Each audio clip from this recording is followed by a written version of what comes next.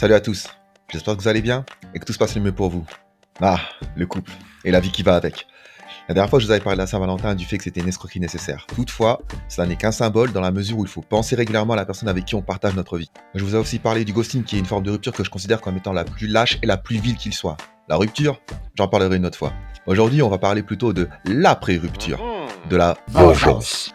Ici, on n'a pas de feuille de route, on fait selon l'inspiration. Bref, la vengeance comme dirait Morsaille, la vengeance. Quand ton sang est bouillant, rien qu'à l'idée de penser à ton ex. Quand ton cerveau devient un volcan, quand tu revois les photos de ton ex. Quand ta bouche crache du venin, quand tu te souviens des paroles de ton ex. Quand tu te dis, il faut faire quelque chose, je peux pas accepter ça. Trop, c'est trop. Bref, j'avais un gars à moi, il était en couple, mais il avait pas su prendre sa retraite de la confrérie des guerriers de la nuit. Donc le gars faisait régulièrement des Black Ops. Un jour, j'étais en vacances en Espagne, et je reçois un message qui me dit, on était à Amsterdam ce week-end, on a fait ci, on a fait ça. C'était super. Un mois plus tard, lors d'une soirée entre amis, je tombe sur sa meuf et lui. Et là, t'as la meuf qui me questionne en mode « C'était bien votre dernier week-end ?» Et moi, comme un député de La République En Marche, je lui réponds, du tac au tac, « Amsterdam ?» Ouais, on a fait ci, on a fait ça. C'était super. Mission accomplie. Mon pote 15, sa meuf 0. Le problème, c'est qu'il a fini par se faire griller en plein combat de MMA avec une autre meuf. Je vous passerai les détails. Mais je ferai sûrement une vidéo sur la paresse et la suffisance des hommes, surtout quand ils sont en confiance. Apparemment, la go, quand elle est tombée sur son homme en pleine action, elle est partie. Elle est partie voir un ami, comme on dit. Hein? Vous savez, ces amis qui vous disent que votre meuf, c'est un peu comme leur sœur, jusqu'au moment où elle se met à poil devant eux, ou qu'elle leur propose de s'envoyer en l'air avec eux le soir même. Ah, là, les gars partent en mode Jamie Lannister sans regret, hein. Ah, eux aussi, j'en parlerai dans une autre vidéo. Donc, l'ami en question l'a consolé en la charclant bien comme il faut. Espèce d'enfoiré. La meuf s'est pas gênée pour faire savoir à mon pote comment son frère l'avait consolé. Évidemment, mon pote a pété un câble, c'était moche à voir. Bref, mon pote 15, sa meuf 1000, victoire écrasante. Quelle humiliation. Quelle humiliation. Quelle humiliation. De toute évidence, leur couple était mort, mais la meuf avait obtenu sa vengeance car elle voulait que son mec souffre de la même manière qu'elle-même avait souffert. C'est compréhensible, et même si elle avait l'air d'une femme honnête et claire de mon point de vue, rien ne nous dit qu'elle n'avait pas fait quelques opérations illégales ou qu'elle n'envisageait pas de le faire, avec ses fameux amis là, ceux qui la considèrent comme une sœur là, hein. Elle seule le sait. Mais son geste trahissait clairement un besoin de se sentir mieux, d'équilibrer la balance et de réparer un grief subi. Donc, c'est de bonne guerre. Quelle humiliation. Nous sommes humiliés. Prenez par exemple la séparation de Shakira et de Gérard Piqué. La meuf aurait capté par un malheureux hasard l'infidélité de son désormais ex-mari. Le bonhomme se serait fait griller par un pot de confiture. Ah bon, hein? Ouais, un pot de confiture. Waka Waka aurait capté que le gars consommait beaucoup plus de confiture que d'habitude. Beaucoup trop à son goût. Après avoir mandaté un détective privé, elle a découvert le poteau rose. Bon, quand t'as 10 piges avec ton mari et que les 10 piges sont en ta défaveur, bref, c'est toi la plus vieille dans l'histoire, et que lui est à son pic, bah ça sent le guano, ma grande. Bref, le gars s'était serré une petite galinette bien fraîchette et il l'a ramené à la baraque pendant que madame était en vadrouille. Au fond, j'en ai rien à faire de Shakira. J'ai jamais aimé ce qu'elle faisait, je me la suis jamais tapée, et sa beauté n'est plus que le vestige d'une gloire passée, un peu comme pour Brigitte Bardot. Donc Piqué 1, Shakira 0. Non content de détailler leur vie privée sur la place publique, la chanteuse a écrit une chanson de vengeance. De la merde. Et je l'ai pas écoutée. Ouais, j'ai des préjugés. Ra. Franchement, ça se limite qu'à la musique. Bref, dans sa nouvelle soupe, elle reproche à son ex-mari d'avoir, je cite, troqué une Ferrari contre une Twingo. Ou encore une Rolex pour une Casio. Franchement, elle se prend pas pour de la merde, la meuf. Mais après, bon, j'avoue, elle a pas volé. Bref, à moins d'être aussi fin qu'un parpaing et aussi intelligent qu'une brique, vous devez avoir saisi le message. Réponse de Piqué? Très simple. Il s'est pointé au volant d'une Twingo et a signé un contrat de partenariat avec Casio pour l'un de ses business. Tout en humour et avec classe. Ok. Donc Piqué 2, Shakira 0. Bon. Après, la meuf est partie en mode Fast and Furious en s'en prenant à son ex-belle-mère, à la nouvelle meuf de son gars, en postant une vidéo où elle prétendait vouloir tuer son ex-mari et dire que ce compte Kanye West avait fait des délires du même genre. Et il passait pour un fou. Enfin, il est fou, quoi. Il n'y a pas à tortiller du cul. Mais là, il passait pour un fou dangereux. Là où les gens ont paniqué quand c'était Kanye, là, les gens riaient sur les réseaux sociaux parce que c'était une femme qui se vengeait de son aventuré de mari. Ok, je le concède. Le mec l'a trompé. Mais si vous poussez le bouchon un peu plus loin, ça vous donne une émission où l'on voit un panel composé de femmes qui s'esclaffent lorsqu'elles apprennent qu'une femme trompée a coupé la pétoire de son infidèle de mari pendant qu'il dormait avant de l'acheter dans la poubelle.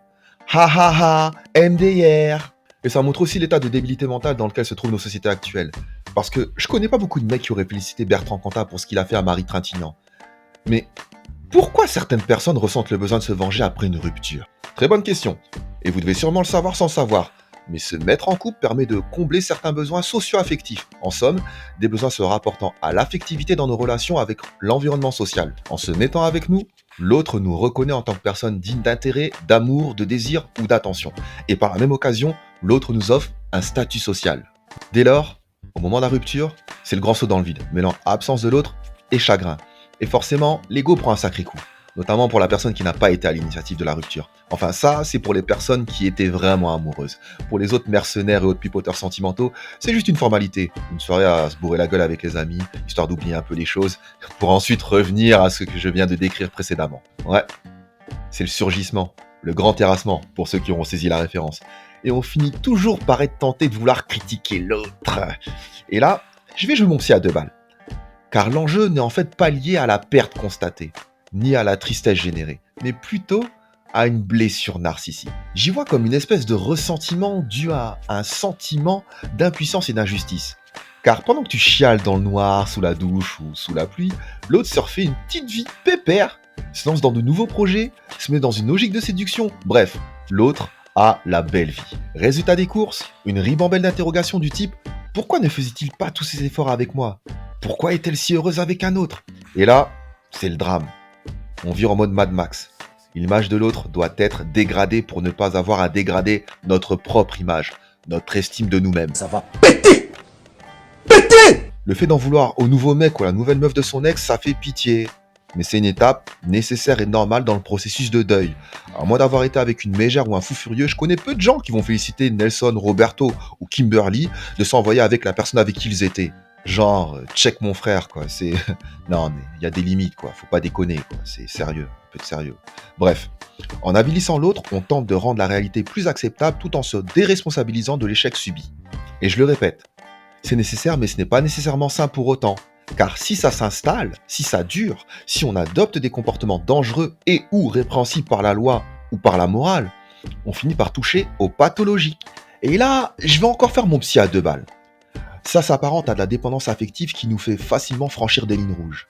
Harcèlement, cyberharcèlement, coup de téléphone ou SMS anonyme, ragot, diffusion d'informations à caractère personnel sur les réseaux sociaux, manipulation, revenge porn, diffusion de sextape et évidemment violence pouvant aboutir au meurtre.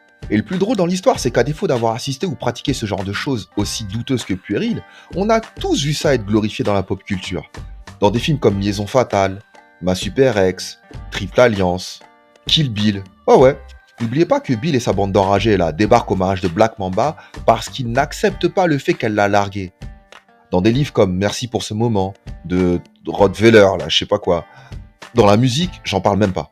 Vous trouverez de quoi vous ensevelir sous des tonnes et des tonnes de chansons vantant la vengeance suite à une rupture amoureuse. Évidemment, les femmes sont à l'honneur. Je lâche une petite mention à Gloria Gaynor pour I Will Survive, ainsi qu'à Chemise pour She Can't Love You, et Justin Timberlake avec Cry Me a River, parce que c'est un mec. Mais dans tout ça, une chose revient avec insistance, le côté pathologique de la situation et le manque de recul du protagoniste sur ses éventuels errements passés.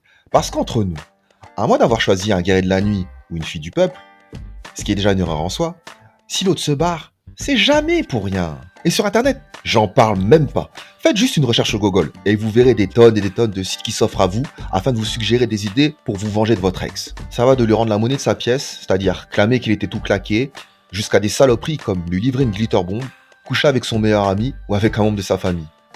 Ah, putain. Pour ceux qui savent pas ce qu'est une glitter bomb, c'est une bombe à paillettes parce que franchement, ceux qui savent pas ce qu'est coucher avec un meilleur ami, c'est qu'ils ont des petits problèmes de... Bref. Ça ressemble...